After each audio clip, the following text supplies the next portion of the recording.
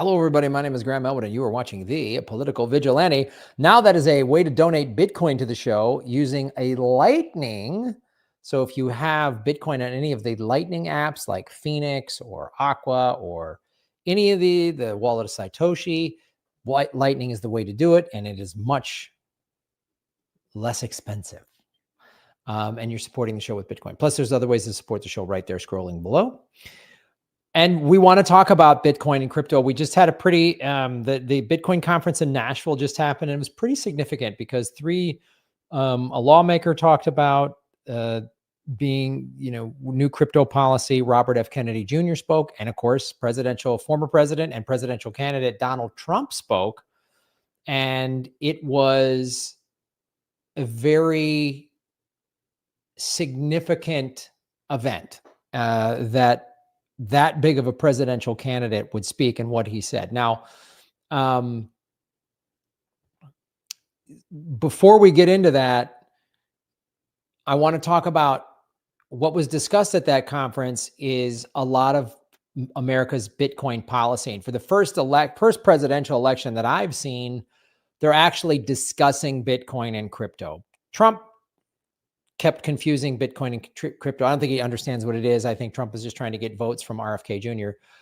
But what is significant, I wanted to talk about this first, and our guest is going to talk about this, is this is from Altcoin Daily. Those guys are friends of the show. They're good dudes.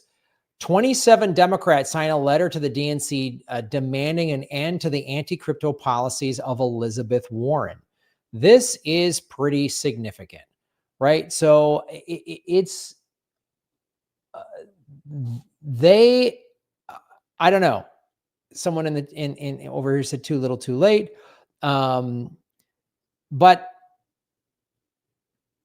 crypto and Bitcoin are here to stay, and they are going to be a part of the economy, whether people like Liz Warren like it or not. And politicians, of course, are going to say, "Oh, I'm for it. I'm against whatever," to try to score points. And who knows? What they're going to do. But to talk about this, because I wanted to bring Ron Placone on the show, has a podcast 1000 with Ron Placone, and he wants to talk about this bill because Ron, thank you for coming on our show.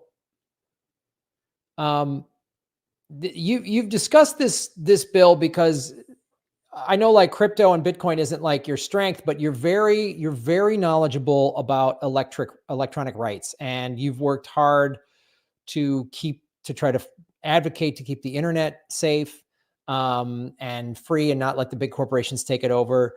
So I wanted to talk to you about this bill first and foremost, this Liz Warren bill, because there's a lot of stuff in there that isn't just about crypto. There's a lot of, so explain to everybody, what this bill really is, and then what you think the significance, is it just performative, or is this a real significance that 27 Democrats are going against Liz Warren's bill? You're muted.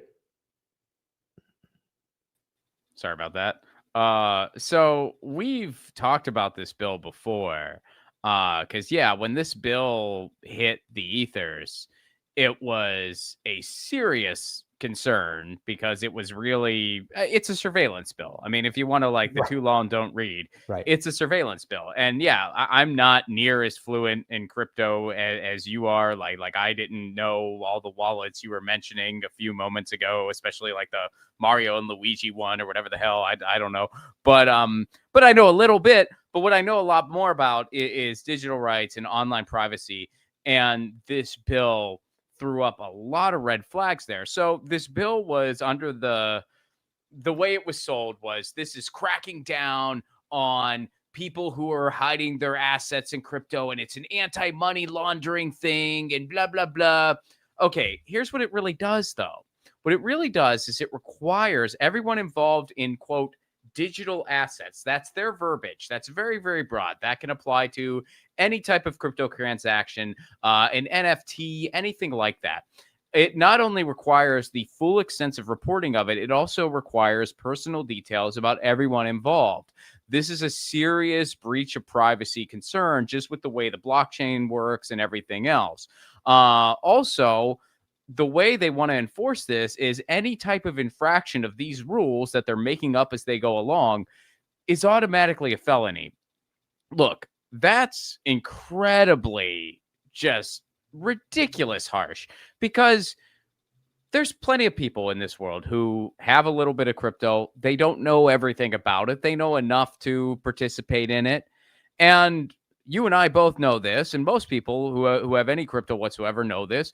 The rules are changing every freaking year. Every freaking year, the rules are changing how you're supposed to report this on your taxes, if you're supposed to report it. And a lot of times, even some of the experts don't really have all the answers.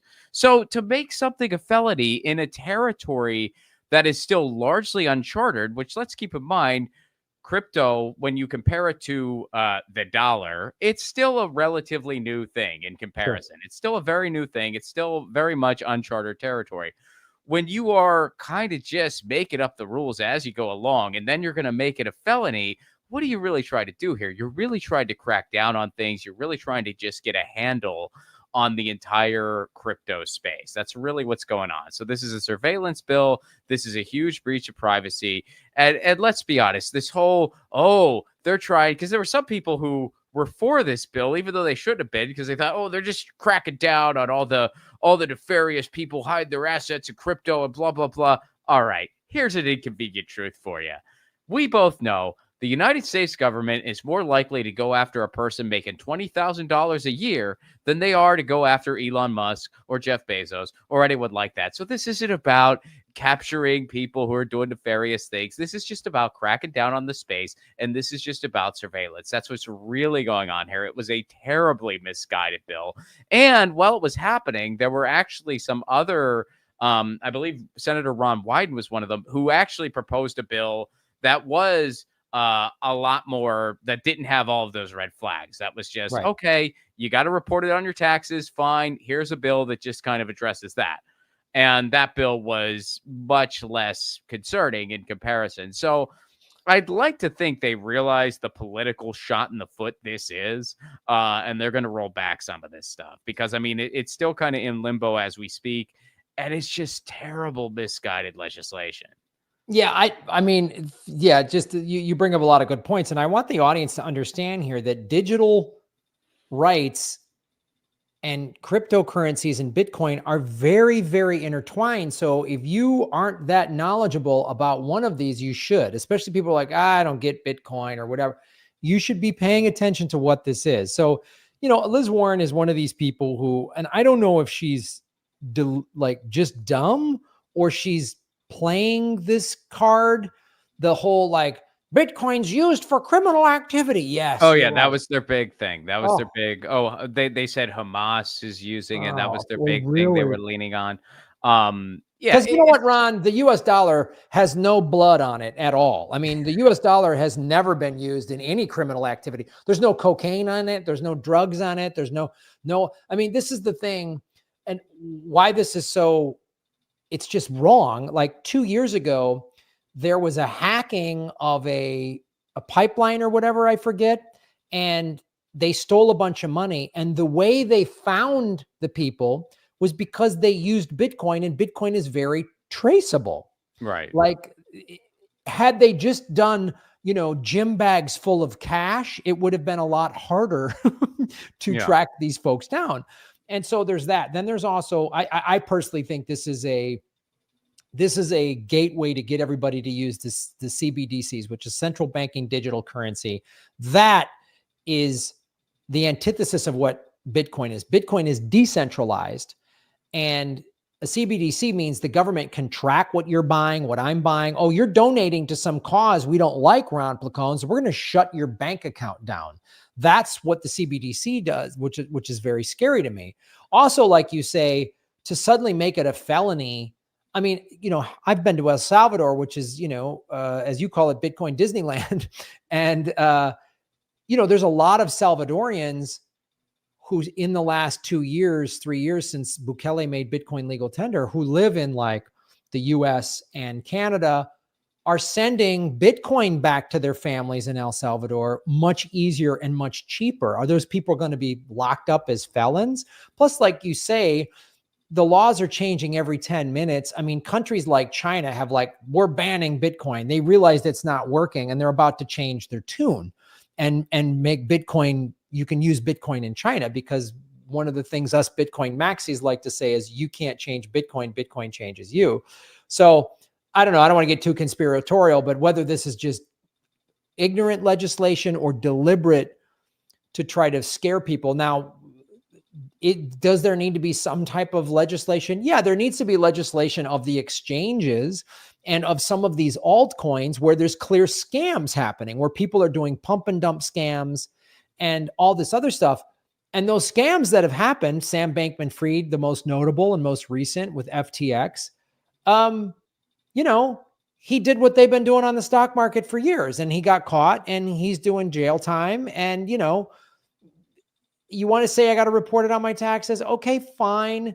But to criminalize it, and again, they always, the US is very transparent, in my opinion, is they always use some kind of boogeyman scare tactic to get Americans to agree to signing over their rights. Terrorists, Hamas is using Bitcoin or whatever, oh man, I'm get ready, and we could go on down the line of all the false flags. So people fall for deceptive bills when there's something that kind of scratches their itch some way or another. There were some well-intentioned people that fell for that bullshit. They really thought that was what this bill was all about. But if you took the time to look into it, if you took the time to look into what it actually proposed, I mean, look, I wasn't directly involved with Fight for the Future when they took on, because they did the Don't Kill Crypto campaign. But when they did it, I mean, there were some people who are usually on board with a lot of their stuff that were like, oh, you guys are just helping out the crypto scammers. And they said, look, some people on our team are into crypto, some aren't. That's not what this is about. Right. It's not our lane to talk about whether crypto, if there's nefarious stuff or not. That's not our lane. Our lane is online privacy and surveillance. And this is a huge freaking concern. And this is a terrible, misguided piece of legislation, regardless of your feelings about crypto. Even if you don't like crypto, not even just if you don't have any, even if you don't like it, you should still be against this bill. If you have any whatsoever, you should be full-throatedly against this bill. But even if you don't have crypto, even if you don't like crypto, you should still be against this bill, because this is a freaking surveillance bill. That's what this really is. And also, other side here, I'll flip the script a little bit. If you are all about crypto, you should be against every surveillance bill that's out there. I bring this up because I've been very outspoken about COSA. We've talked about it on this show. COSA is called the Kids Online Safety Act. It does the opposite of that. It does not keep kids safe online. What it's really about is allowing bureaucrats to dictate the internet for young people, which will then bleed into everybody else. It's a surveillance bill. And sometimes when I tweet about COSA, there's people who fell for the right-wing propaganda, and they're like, well, that's just keeping porn away from kids. What's wrong with you?